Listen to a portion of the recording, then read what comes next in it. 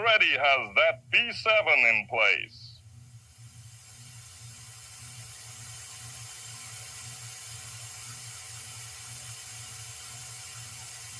Sometime later, Mr. Patent Man puts the final touch to his super constructor shed.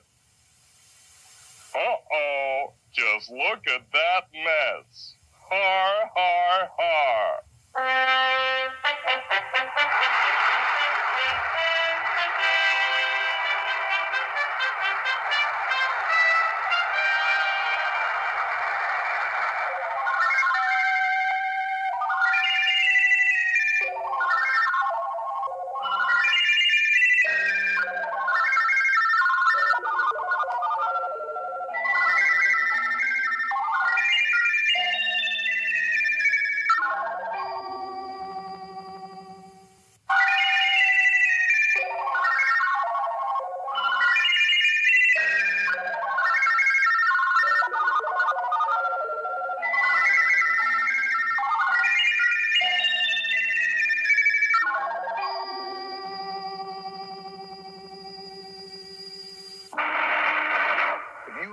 Of a little task force dropping into unknown and very dangerous territory, and you lost your intelligence officer and all the plans, what would you do?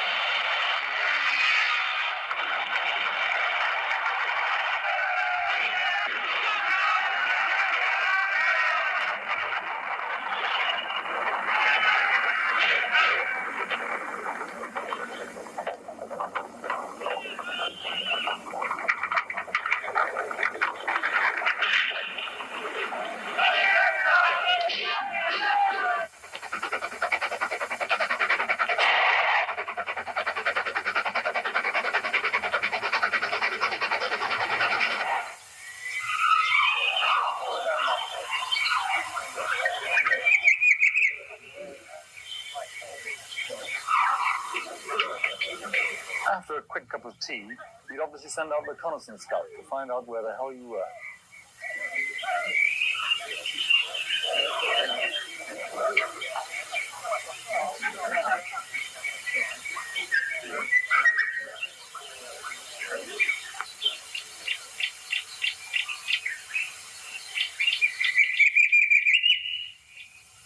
And I'm sure that given a similar situation, we do the same.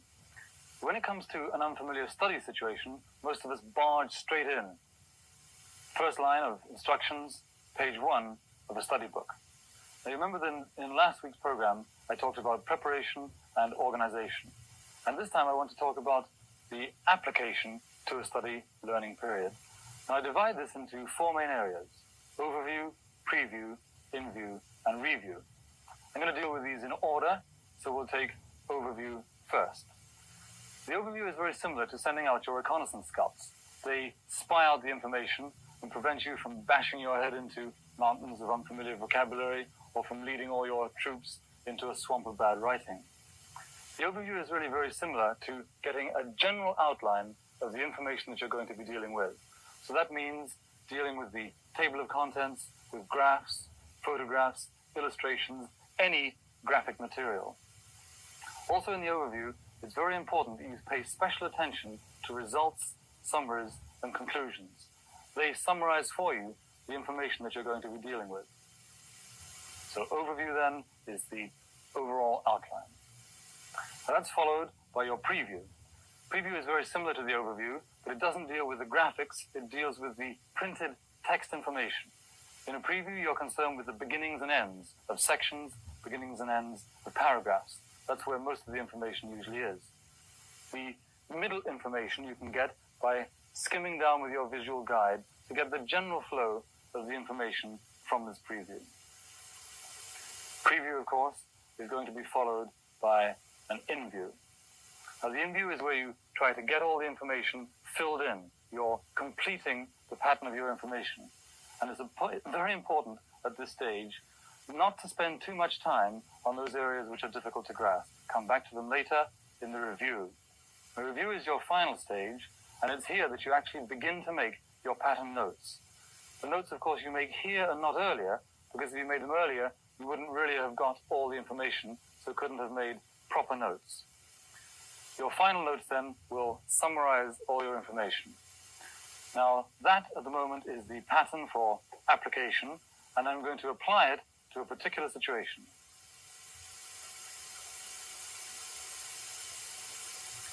Our study is going to be on the history of the location of the mind. Now, obviously, for such a study, I'd be using a large number of books, but here I'm just going to use one. And before actually getting down to the preparation section, which we talked about last week, we'd have to overview the entire book. In order to do that, first, obviously, we get to the table of contents, and using a visual guide, cover the whole section in order to find out basically what the outline of the book is. From there, we'd probably go back to the index, have a general peruse of the index to find out the names of the relevant people, the kind of vocabulary and concepts that were going to be used. And then we might go to the review or summary, if the book had one. And in this case, they do. It's called an envoy. And at this stage, we'd quickly go over that again to find out what the general structure of the book was. And in addition to this, you would flip through the entire book to find out what the general lay of the land was. And obviously, you wouldn't do it as fast as I'm doing here. You take a reasonably leisurely trip through the book, finding out all about it. Now, just to emphasize the importance of this particular stage, the psychology student I once had read 400 pages of his psychology text, and he'd spent 3 months, roughly an hour a day, bashing his way through it. He was beginning to forget, at his 400th page stage, what had happened in the beginning. I asked him if he knew what the last chapter was, and he hadn't the faintest idea. And it turned out that that chapter was, in fact, review, summary, and conclusions. And he decided that if he had, in fact, read that first to get an idea of what the book was about, he'd have saved about 90% of his time. So that first general overview is very important. Now, it's that overview that enables you to make a decision as to your time and amount for a particular study session. And as I mentioned before, you mark this off with markers at the beginning and at the end. You then, of course, note down what knowledge you have on the subject, and also questions that you want answered by the section that you're studying in that subject. Now, having done that, you're ready to apply yourself to the section that you're going to study. And you start off, of course, by overviewing that section. So in the overview, you check the title of the chapter, move on and cover the diagrams and illustrations. Cover them reasonably carefully. You want the information from them. Also look at photographs and illustrations. And you complete that through the chapter. Now, when you've finished that section, the overview, you go back to the beginning and start your preview. A preview is where you go through the print on the, first of all, concentrating rather, on the beginning paragraphs and on the first sentence in each paragraph, skimming down with your visual aid to get the flow, getting the last sentence, the first sentence, skimming down, and so on. So that in the overview and the preview, you're getting the general outline of that information, firstly from the graphs and illustrations, and secondly from the print itself. Now, next we come to the in-view, and here I'm going to use a little bit of film that we used earlier as an illustration. Now, in Western civilization, little has been known about the location of the mind before the time of the Greeks. And even the Greeks were comparatively ignorant.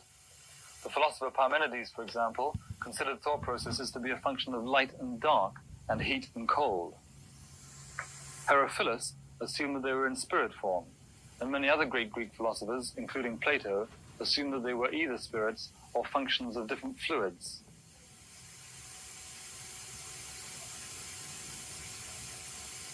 Even the first Western scientist, Aristotle, attributed most of the qualities we now attribute to the brain to the heart. After the Greeks, religious dogma took the place of scientific inquiry, and little progress was made. It was not until the 16th and 17th centuries, in conjunction with Newton and the scientific revolution, that any real progress was made. It was discovered that the thought processes were located